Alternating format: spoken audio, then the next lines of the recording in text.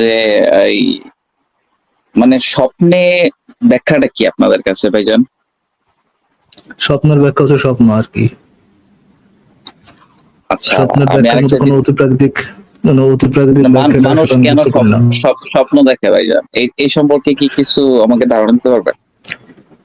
আপনি একটু Google search করেন মানুষ কেন স্বপ্ন দেখেন, চ্যাটজিপিটি করেন মানুষ কেন স্বপ্ন দেখেন। তো আপনার যখন আমি একটু রাফলি যদি আপনাকে বলি, মানুষ সারাদিনে যে জিনিস এক্সপিরিয়েন্স করে সেটারই কিছু খন্ডাংশ তার মাথায়, তার সাবকনসিয়াস মাইন্ডে চলতে থাকে এবং সেটারই কিছু অংশ সে স্বপ্ন থাকে।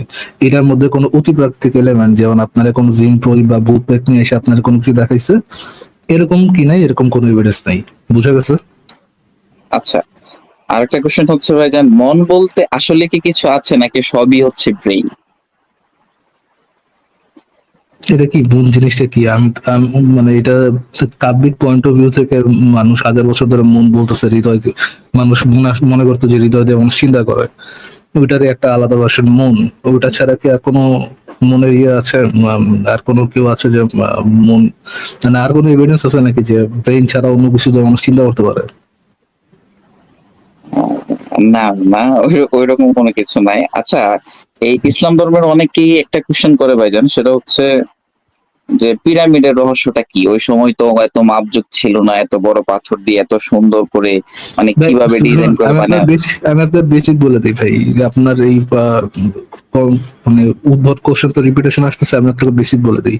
যে প্রশ্ন সম্পর্কে, যে ধরনের প্রশ্ন আসছে আপনার মাথায়, যে সম্পর্কে আপনার কাছে ভেরিফায়েবল মানে পরীক্ষাযোগ্য কোনো উত্তর নাই, আপনি মনে করতে পারতেছেন না যে এটার উত্তরটা কি হবে, এটার কোনো রেশনাল উত্তর নাই, সেখানে আপনি কি বলবেন? ভাই আমি জানি না।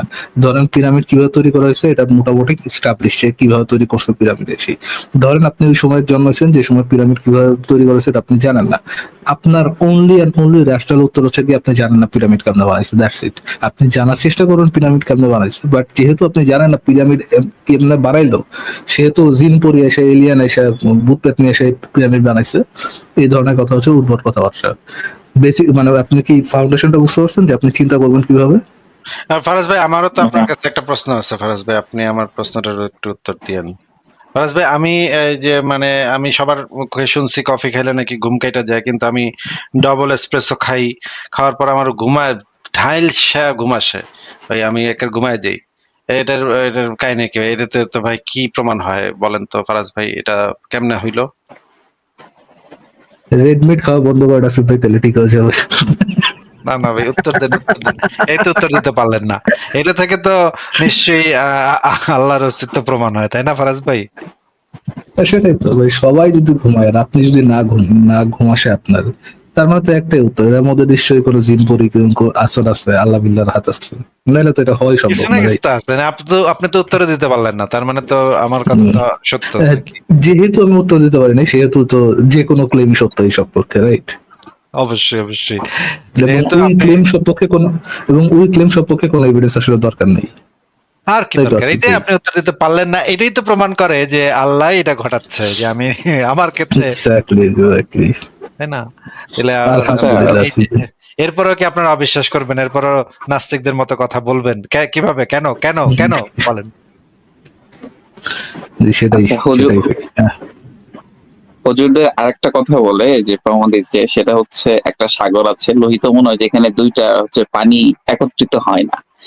এটা কেন হয় না? তারা এগুলা হচ্ছে ব্যাখ্যা সামনে তুলে যে আল্লাহ আছে প্রমাণ করতে, যে এই দুই সম্পর্কে একটু সমুদ্রের জানতে চাচ্ছেন। দুই সমুদ্রের পানি একটা জগে নিয়ে আপনি কি একটু ঢাইলা দেখছেন যে একত্রিত হয় না, আলাদা হয়ে বসে থাকে দুইটা পানি? এটা কি আপনি দেখছেন ভাই? না, কিন্তু এটা নিয়ে তো মানে ভিডিও আছে যে পানি হচ্ছে এক সাইড নীল আর এক সাইড হচ্ছে অন্য কালার, একত্রিত মিশছে না। ওকে, দুই পাশে গিয়ে আপনি জাহাজে করে দুই পাশে, এই পাশ থেকে একটু পানি নিলেন, ওই পাশ থেকে আরেকটু পানি নিলেন, পানি দুটা যেহেতু আচ্ছা, মিশ্রিত হবে ঠিক না, আছে, ফাইন। পানি ওইখানে দুটা পানির যেহেতু মিশ্রিত পানি দুটা আসিফ যেহেতু ভাই। মিশ্রিত হইতেই পারবে না, তার দুটার ক্যারেক্টারই যেহেতু ভিন্ন, সেহেতু একটা গ্লাসে নিয়ে ঘোটা দিলে তো নিশ্চয়ই দুটা আপনি দেখতেই পাবেন যে দুটা আলাদা সাইডে সাইডে রয়ে গেছে। এটা তো আপনি দেখতেই পাবেন। কয়েকদিন রাইখা দিলেন, দেখলেন যে এটা মিশে কি মিশে না। এরকম কি কোনো টেস্ট করছেন ভাই? না ভাইজান, টেস্ট করি নাই। আসলে আমি জানতে চাচ্ছিলাম যে এই কথাগুলো ওনারা বলে হচ্ছে আল্লাহর প্রমাণটা দিতে চায় যে আল্লাহ আছে, একজন আছে যিনি এগুলা হচ্ছে করেন। এই জন্যই আমার জানতে চাওয়া। যদি যদি দুইটা পানি একত্রিত না হয় তা থেকেও বা আল্লাহর অস্তিত্ব কিভাবে প্রমাণ হয় সেটাও তো আর একটা আহ বিষয়, মানে প্রশ্ন তৈরি হবে, তাই না? দুইটা যদি একত্রিত না হয়, মনে করেন কোন একজন ব্যক্তি এই জিনিসটা, কোন একটা প্রাকৃতিক ঘটনা দেখছে, বৃষ্টির পানি জমায় রাখলে এক জায়গায় রেখে দিলে বৃষ্টির পানিটা বাতাসে অদৃশ্য হয়ে যায়। এটা যদি একটা গ্রন্থে লেখা থাকে, তারপর যদি কেউ দাবি করে যেহেতু এই জিনিসটা সত্য, বৃষ্টির পানি জমায় রেখে একটা পাত্রে রেখে দিলে, রোদ্রের ভিতরে রেখে দিলে এটা হাওয়া হয়ে যায়, আকাশে মিলায় যায়, যেহেতু এটা সত্য, যদি এটা যদি এটা সত্য না, আপনি যে দুই সমুদ্রের পানির কথা বলছেন, যদি এটা সত্য না, তারপরেও যদি আমরা ধরে নেই যে এই ধরনের কোন একটা ইনফরমেশন সত্য, সেটা যদি একটা গ্রন্থে থাকে, তাহলে এইখান থেকে কিভাবে এই কনক্লুশনে আসা যায় যে ওই গ্রন্থে যে যতগুলা ক্লেম আছে সবগুলাই তাতে সত্য হবে? এই সিদ্ধান্তে কিভাবে আপনি আসতে পারেন বলেন তো? না না না, সেটাতে ভাইয়া অবশ্যই আসা যায় না। তাহলে তো আর কোনো আলোচনা, মানে এগুলা খুবই কোশ্চেন হয়ে গেল। না না, ঠিক আছে, এখন আচ্ছা, সেটা হচ্ছে ঠিক ওরা আছে, একটু যেভাবে দাঁড়ান, প্রমাণ আসিফ দেয় ভাই, এগুলা জানার ছিল আপনাদের থেকে। দাঁড়ান। থ্যাংক ইউ ভাই। কোরআন আয়াতের প্রমাণ দেবে আপনারা মিলান না কেন?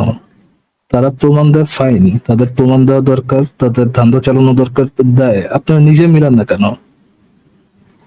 দাঁড়ান। আচ্ছা, কিন্তু হ্যাঁ, এটা ঠিক, আমি এটা এটা একটু বিশ্বাস পড়েন তো, করি। ভাই, একটু এটা আয়াতে একটু পড়েন, আয়াতে কি লেখা? আর তিনি দুটো সাগরকে একসাথে প্রবাহিত করেছেন, একটি সুপেয় সুস্বাদু, অপরটি লবণাক্ত ক্ষার বিশিষ্ট, এবং তিনি এত দুবয়ের মাঝখানে একটি অন্তরায় ও একটি অনতিক্রম্য সীমানা স্থাপন করেছেন। তিনি সমুদ্রকে আচ্ছা দুধারায় প্রবাহিত করেছেন। আচ্ছা, একই মানে একই আয়াতের ভিন্ন ট্রান্সলেশন আর কি।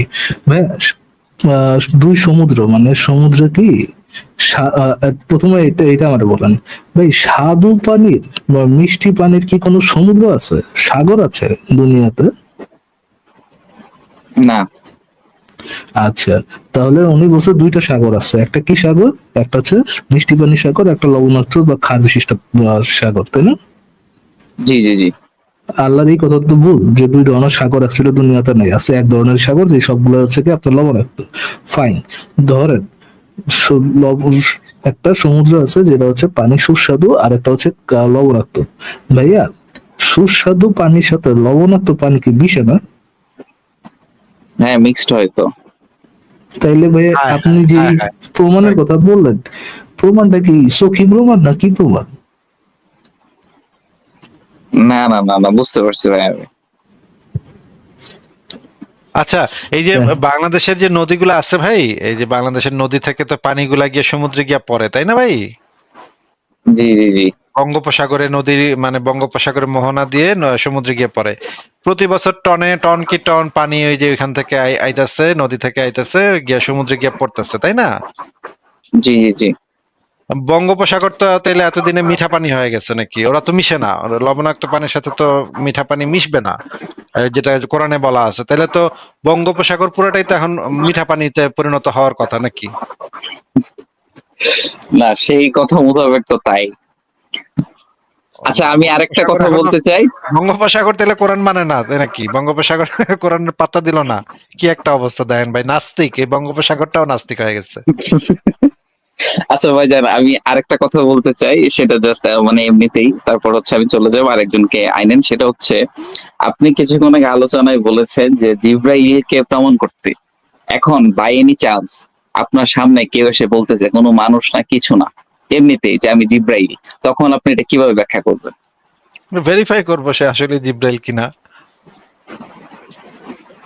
সেটা কিভাবে করবেন? মানে অনেক কিছু জিজ্ঞেস করে এভাবেই তো নাকি? জিজ্ঞেস করে প্রমাণ চাইবো সে নাকি পাখার, মানে তার নাকি 600টা পাখনা আছে, আমি প্রথমে দেখতে যাবো তোর 600টা পাখনা আগে দেখা আমারে। তো তুই হ্যাঁ, 600 পাখনা দিয়ে তুই কি করস? বেকুব কথাকার, 600 পাখনা দিয়ে জি। দুইটা পাখনা হইলেই চলে, তুই দুইটা পাখনা দিয়েই তোর চলে। আর পাখনা প্রযোজ্য হইতেছে বায়ুমণ্ডলে, পৃথিবীর বায়ুমণ্ডলে, তুই তো মহাশূন্যে উড়া বেড়াস, তোর পাখনা দরকার কি? বেকুব কথাকার, বইলা দুইটা কানমলা দিমু আগে। আচ্ছা, যদিও এখন একটা মানে আমি প্রথম একটা কথা বলেছিলাম, সেটা কোনো মানে কোনো প্রমাণ নেই আমার কাছে, কিন্তু যদি আপনাদের সাথে আমার বা দেখা হইতো বা থাকতো, সেক্ষেত্রে আপনাদের সাথে আমি এই জিনিসটা এক্সপেরিমেন্ট করাইতাম, বা কখনো যে আমরা একটা সত্য ঘটনা, যদিও এটার ভিত্তি নাই বা এই অর্ণব ভাই বললো যে এটার কোনো প্রমাণ নাই, সেটা আমরা বিলিভ করবো না। বাট হ্যাঁ, যে কিছু কিছু জিনিস আছে যেগুলো হয়তো বা আমরা খালি চোখে দেখি না বা কিছু না, যেরকম হচ্ছে আমরা সবাই মিনকেতা জিন যেরকম জিনিস, একটা জিনিস। তো ঘরে ছিলাম, ঘরে কোনো দরজা জানালা অফ ছিল, আচ্ছা একটা বুঝছি ভাই, মোমবাতি ছিল, এই সমস্ত তো কেউ ভূতের এরকম গল্প কিছু আর কি শুনতে চাই না হয়েছে। ভাই, ভূত এফএম গল্প জি শুনতে জি চাই না ভাই, আল্লাহ জি রাস্তা জি। মাফ করেন ভাই। হ্যাঁ, আচ্ছা আচ্ছা, ঠিক আছে ভাই, থ্যাংক ইউ ভাই। ঠিক আছে, ভালো থাকেন। ওকে ওকে ওকে। কয়েক কয়েক মাস আগে আপনার একটা ভিডিওতে দেখছিলাম আজোয়া খেজুর নিয়ে আর কি কথাবার্তা। হ্যাঁ হ্যাঁ, আচ্ছা তো বলেন। এটা এটা নিয়ে তো মানে মুশফিক মিনার ভাইয়ের ওই যে ওই পেজটায় ইসলাম বিরোধীদের জবাব ওখানে পড়ছিলাম আর কি। উনি খুব ব্যাখ্যা করে অনেক কিছু দিছে। তো আপনার যে কি সংশয় ডট দিচ্ছে, কম কি দিচ্ছে সেটা একটু শুনি, ব্যাখ্যা করে কি দিচ্ছে। ব্যাখ্যা করে দিছে আপনার আপনার যা বলেন মানে আজোয়া খেজুর ওই যে মানে একজনকে বলতেছিলেন আর কি আজোয়া খেজুর আইনা দেবেন, পরে উনি খাইলে মানে মারা গেলে মানে এইসব না টাইপের না, কিছু একটা কথা। মুশফিক বিনার কি ব্যাখ্যাটা দিচ্ছে এই হাদিসে যেটা লেখা উনি আছে, দিচ্ছে আজওয়া জি খেজুর খাইলে, হাদিসে যেটা লেখা আছে আজওয়া খেজুর, 7টা আজওয়া খেজুর খাইলে আহ কোনো বিষক্রিয়া তার উপরে কাজ করে না, এটাই তো লেখা আছে হাদিসে নাকি? জি এখানে তো হাদিস মানে কিছুদিন আর আগে নাকি, কিছুদিন আগে নাকি একজন একজন ইসলামপন্থী নাকি লাইভের ভিতরে, লাইভ বিতর্কের ভিতরে নাকি সে নাকি বিষ খায় দেখাইছে, মানুষে প্রমাণ করে দিছে, তাই না ভাই? এটা তো শুনছেন, মিজানুর রহমান আজহারি তার ভিডিওতে বলছে, এটা তো শুনছেন। মানে উনি এখন মরছে কি মরে নাই এটা তো আপনার কোইন্সিডেন্স হতে পারে আর কি, না না, মরছে কি প্রতিক্রিয়া মরে নাই, হয়েছে। হ্যাঁ। মরছে কি মরে নাই এটা কোইন্সিডেন্স এর আবার কি আছে? আল্লাহ, এগুলো তো সব কোনো কোইন্সিডেন্স বলে তো ইসলামে কিছু নাই ভাই। আল্লাহ যারটা, ভাই আপনি এই সমস্ত না অন ইসলামিক কথাবার্তা কেমনে কইতেছেন? আপনার ইসলামে তো কোইন্সিডেন্স, এটা আবার ইসলামের ভিতরে কোথায় আছে? কি কন এগুলা, আপনার কি মাথা নষ্ট হয়ে গেছে? মুশফিক মিনার কি এগুলা লিখছে যে এটা কোইন্সিডেন্স হইতে পারে? কোইন্সিডেন্স না বলে তো উনি ইসলামে কিছু নাই। উনি আরেকটা হাদিস দেখাইছে যে না না, ওইটা পরে, ওখানে ওইটা পরে। কোইন্সিডেন্সটা এটা কি মুশফিক মিনার কইছে যে এটা কোইন্সিডেন্স হইতে পারে? না না এটা আমার পক্ষ থেকে আমি বললাম তাহলে মানে এই যে হতে এই পারে আর ধরনের, কি এর জন্য এটা মরে তো নাই। ইসলামের আকীদার ভিতরেই তো এই ধরনের কোইন্সিডেন্স, এই ধরনের ইসলামের আকীদার ভিতরে তো এই ধরনের কোনো বিষয় নাই।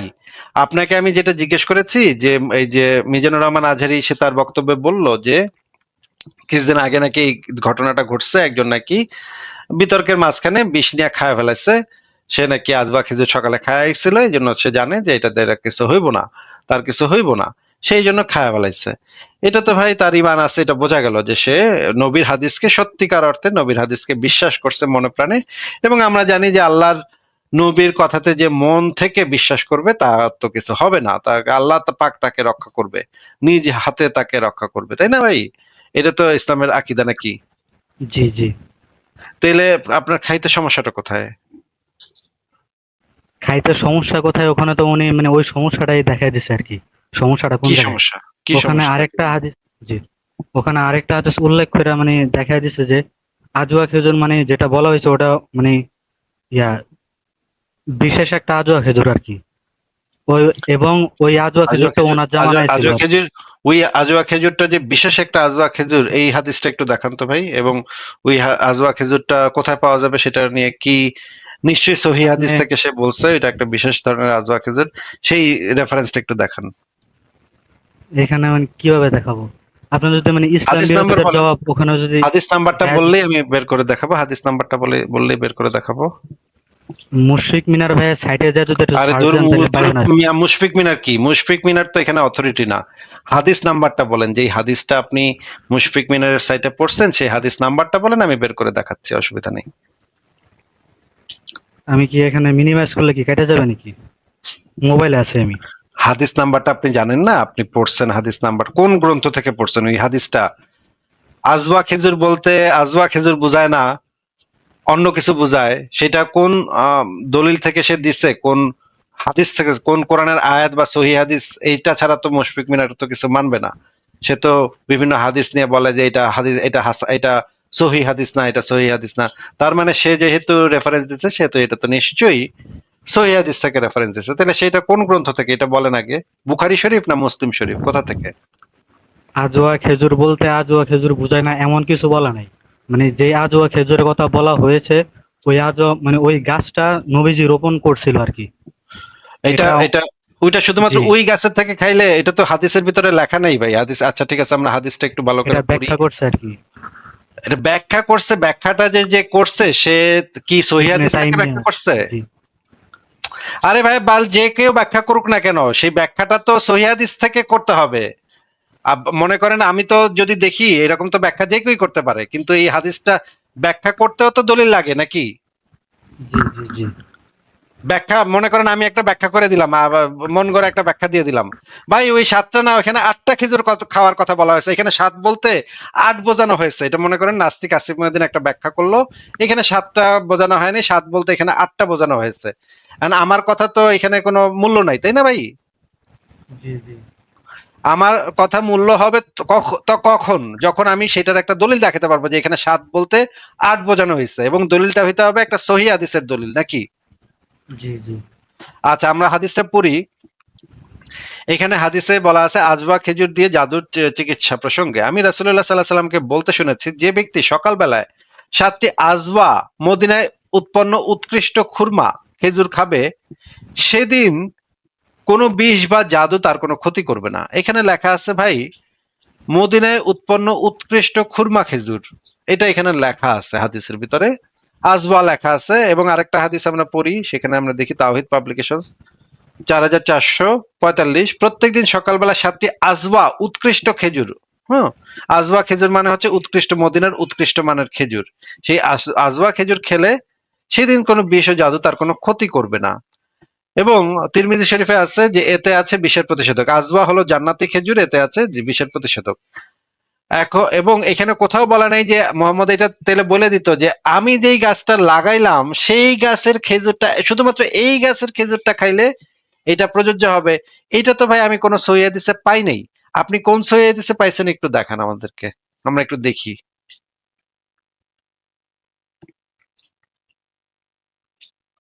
ইয়া ভাই, শাহিন ভাই, আনমিউট করে কথা বলেন, আনমিউট করেন শাহিন ভাই। ও শাহিন ভাই, আনমিউট করেন, জি নিজেকে জি জি আনমিউট ভাই। করেন। হ্যাঁ হ্যাঁ, বলেন বলেন। সার্চ দিয়ে দেখতেছি। হ্যাঁ হ্যাঁ, স্যার যে দেখেন এটা কোন সহিহ হাদিস থেকে এই জিনিসটা বলা হয়েছে যে এই আজওয়া খেজুরটা শুধুমাত্র নবীর নিজ হাতে লাগানো ওই আজওয়া খেজুরের খাইলা এটা হইব না। তাহলে ওই আজওয়া খেজুরটা আমরা এখন কই পামু, কেমনে পামু, ওইটা সহিহ হাদিসে কোথায় লেখা আছে আমরা একটু দেখবো। তার আগে আমরা ততক্ষণে আপনি খুঁজতে থাকেন, ততক্ষণে আমরা এই ভিডিওটা একটু দেখি, নাকি শাহিন ভাই? জি জি আচ্ছা, আমরা ভিডিওটা দেখি কি বলে। আল্লাহ রাসূল সাল্লাল্লাহু আলাইহি ওয়াসাল্লাম সুস্বাস্থ্যের জন্য আহ, আজওয়া ডে, যেটা আজওয়া খাবার, আজওয়া আল মাদিনা, মদিনার যে আজওয়া খেজুর, এটা খেতে বলেছেন। এবং সহিহ বুখারীর বর্ণনায় এসেছে, কেউ যদি প্রতিদিন সকালবেলা 7টি আজওয়া খেজুর খায়, ওই দিন কোনো বিষ বা সাপের কামড় কিংবা কোনো জাদু বান এগুলো তাকে কখনো ক্ষতি করবে না, যদি আজওয়া খেজুর খাওয়ার অভ্যেস থাকে। আমরা অতি সম্প্রতি একটা ভিডিও দেখেছি, ইরানের একজন স্কলার, তিনি প্রতিদিন অনেক বছর ধরে আজওয়া খেজুর খাওয়ার অভ্যেস ছিল, এবং তিনি একটি ডিবেটের মাঝখানে তিনি বলেছেন, আমি এত বছর ধরে আজওয়া খেজুর খাই এবং আমার বিশ্বাস আমি বিষ খেলে আমাকে এটা ক্ষতি করতে পারবে না। তখন সে সবার সামনে বিষ পান করেছিল, এবং আল্লাহর মেহেরবানি, আল্লাহর কি কুদরত যে এখনো পর্যন্ত ওই ব্যক্তি সুস্থ আছে। তাই আমরা হেলদি ডায়েট হিসেবে আজওয়া খেজুর খেতে পারি, যেটা যে কোনো ধরনের রোগ বালাই থেকে আমাদেরকে হেফাজত করবে। আপনাদেরকে দিব সেটা হলো আজওয়া খেজুর খাওয়া। সহিহ বুখারী হাদিস নম্বর 5445, রাসূল সাল্লাল্লাহু আলাইহি ওয়াসাল্লাম বলেন, যেই ব্যক্তি প্রতিদিন সকালবেলা 7টি আজওয়া খেজুর খাবে, সেই ব্যক্তির শরীরে সাম্মুন ওয়ালা সিহরুন, ওই ব্যক্তির শরীরে কোনো বিষক্রিয়া কাজ করবে না, আর কোনো জাদুও কাজ করবে না। আপনাকে হত্যার জন্য কোনো শত্রু যদি আপনার বিরুদ্ধে জাদু করে, আপনি নিয়মিত আজওয়া খেজুর খান, মদিনার উৎকৃষ্ট মানের খেজুর, বাংলাদেশে খুব কম পাওয়া যায়, যারা হাজিরা হজ করতে যান তারা অনেকে কিনে নিয়ে আসেন। এই আজওয়া খেজুর যদি প্রতিদিন সকালে 7টা করে খায়, আল্লাহ তাআলা তাকে এই রোগ থেকে সহ যে কোনো রোগ থেকে মুক্ত রাখতে পারেন। এটা আপনি খাবেন ইনশাআল্লাহ।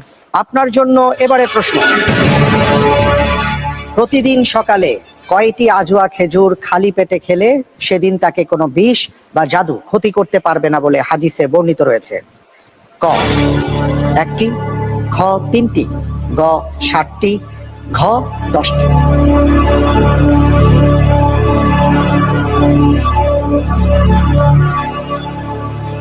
জি ইনশাআল্লাহ, আল্লাহর উপর ভরসা করে উত্তর নিচ্ছি, গ 7টি। 7টি। ইনশাআল্লাহ।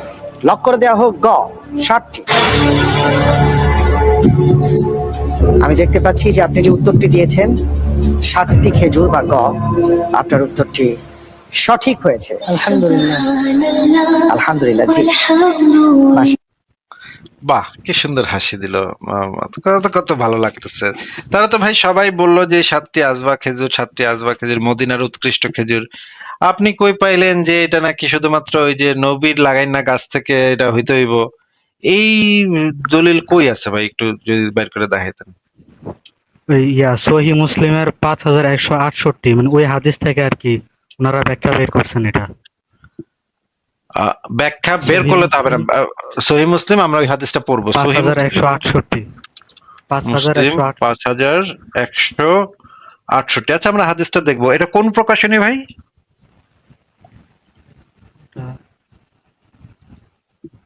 প্রকাশনীটার নাম বলেন, কারণ কয়েকটা প্রকাশনীর সহি মুসলিম আছে তো এই নাম্বারটা একটু ভিন্ন হয়। Islamic foundation 5168। আচ্ছা ঠিক আছে, 5168 আমরা বের করেছি। ঠিক আছে, আমরা একটু তাহলে দেখাচ্ছি আপনাকে।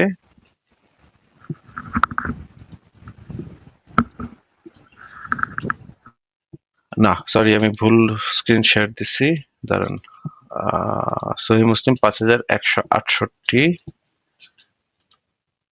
মদিনার খেজুরের শ্রেষ্ঠত্ব, এইটা সহি মুসলিম ইসলামিক ফাউন্ডেশন 5168। ভাই নাম্বার ঠিক আছে? জি ভাই। আচ্ছা, আমরা হাদিসটা একটু পড়ি তাহলে দেখি এখানে কি লেখা আছে। মদিনার খেজুরের শ্রেষ্ঠত্ব। আয়েশা থেকে বর্ণিত, রাসূলুল্লাহ সাল্লাল্লাহু আলাইহি ওয়াসাল্লাম বলেছেন, মদিনার আলিয়া অঞ্চলের উঁচু ভূমির আজওয়া খেজুরের শেফা, রোগ মুক্তি রয়েছে। অথবা তিনি বলেছেন প্রতিদিন সকালের এর আহার বিষনাশক, ওষুধের কাজ করে। তাহলে আপনি কি এবার বলেন আপনার বক্তব্যটা কি বলেন? মানে এই হাদিস থেকে আর কি মুফাসসিররা ব্যাখ্যা বের করছেন আর কি। এটা তো মানে একটা এডিশনাল ইনফরমেশন। এটাও মানে এটাও যেহেতু সহিহ হাদিস, আগেরটাও সহিহ হাদিস, দুইটা সহিহ হাদিসই তো সহিহ হাদিস, তাই না ভাই? মানে এই হাদিসে তো মানে কোন আজওয়া খেজুর এটা স্পষ্ট ব্যাখ্যা বলা আছে আর কি। কিন্তু এই হাদিসটাও তো সহিহ হাদিস, আগেরটাও তো সহিহ হাদিস নাকি? জি জি জি, দুইটাই তো সহিহ হাদিস। একজন মুসলমানের তো দুইটাকেই মান্য করতে হবে এবং দুইটাকেই সম্পূর্ণভাবে বিশ্বাস করতে হবে নাকি? দুইটাই আর এই দুটার মধ্যে কন্ট্রাডিকশন হয়ে আছে ভাই, ওই দুটার মধ্যে কোনো কন্ট্রাডিকশন আছে? ফারাজ ভাই, দুইটার ভিতরে কোনো কন্ট্রাডিকশন নেই। এইখানে একটা এডিশনাল ইনফরমেশন দেওয়া হয়েছে যে এটা মানে একটা নির্দিষ্ট জায়গার আজওয়া খেজুর হইতে হবে আর কি। এডিশনাল ইনফরমেশন, কিন্তু ওই ইনফরমেশনটা আগের ইনফরমেশনটা সত্য, এই ইনফরমেশনটাও একটা এডিশনাল ইনফরমেশন হিসেবে সত্য। এই ইনফরমেশনটা তো কেউ মানে আমরা তো নাস্তিকরা তো কেউ বলতেছে না যে এই হাদিসটা ভুল বা এই হাদিসটা মিথ্যা। এটার ভিতরে তো কোনো সমস্যা আমি দেখতে পাচ্ছি না। এই দুইটা হাদিসের কোনো নাই, সমস্যা নাই শাহিন ভাই। এটা জাস্ট একটা এডিশনাল ইনফরমেশন হিসেবে আমরা নিতে পারি। কিন্তু ওই হাদিসটাও তো সত্য। ওই হাদিসে যেহেতু বলা আছে সকালবেলা 7টি আজবা খেজুর খাইলে সেই দিন কোনো বিষক্রিয়া কাজ করবে না, তার মানে তো কোনো বিষক্রিয়া কাজ করবে না। নবীর মুখ থেকে যে কথাটা বের হয় সেটা তো সম্পূর্ণভাবে সত্য কথা শাহিন ভাই, নাকি? দুইটাই সত্য, কিন্তু হুজুররা তো এভাবে নেই যে মানে ওখানে তো বলা আছে আপনার অনির্দিষ্ট করে আর কি কোন আজওয়া খেজুর। ভাই হুজুররা কিভাবে নেয় সেটা তো একটু আগে আমরা দেখছি যে হাদিসে নবী বলেছে যে কোরআন শিক্ষা দিয়ে কোনো অর্থ উপার্জন। হুজুরে তো অতটুকু নিচে, এইখানে তো ভাই অতটুকু নিচে যতটুকু হচ্ছে কোরআনে বলা আছে আসলে, মানে সরি হাদিসে বলা আছে অতটুকুই তো দিছে, এর বাইরে তো অ্যাডিশনাল ইনফরমেশন সে অ্যাড করে নাই। মদিনার আজওয়া খেজুরের কথা বলা, তিনি মদিনার আজওয়া খেজুরের কথাই বলছে, সে তো অ্যাডিশনাল কোনো ইনফরমেশন অ্যাড করে নাই।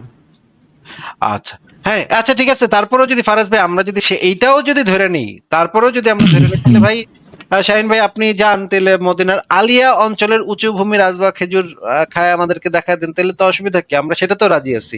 যদি আপনি এইটাতেও মানে সম্মত হন যে না ভাই আমি আর কোনো জায়গার পুরা মদিনার আমরা আজওয়া খেজুর খাইলে হইব না, আমার শুধু ওই আলিয়া অঞ্চল উঁচু ভূমির আজওয়া খেজুর খাইতে হবে, তাহলে এটা তো আমরা রাজি আছি। আমরা তো আপনাকে না করতেছি না। মুশফিক মিনারকে একটু বলেন মদিনার আলিয়া অঞ্চল থেকে খেজুর খায়, 7টা খেজুর খায়, আমাদের লাইভে আইসা আমাদের সামনে একটু প্রমাণ করে দেখ যে তার 7টি আজওয়া খেজুরের ক্ষমতা এত যে পটাশিয়াম, সায়ানাইড তার ক্ষেত্রে কোনো কাজ করতেছে না। শাহিন ভাই, এটাতে কি মুশফিক মিয়া রাজি আছে? উনি রাজি না হওয়ার কারণ তো উনি মানে ইসলাম বিরোধীদের জবাব ওখানে লেখা আছে আর কি।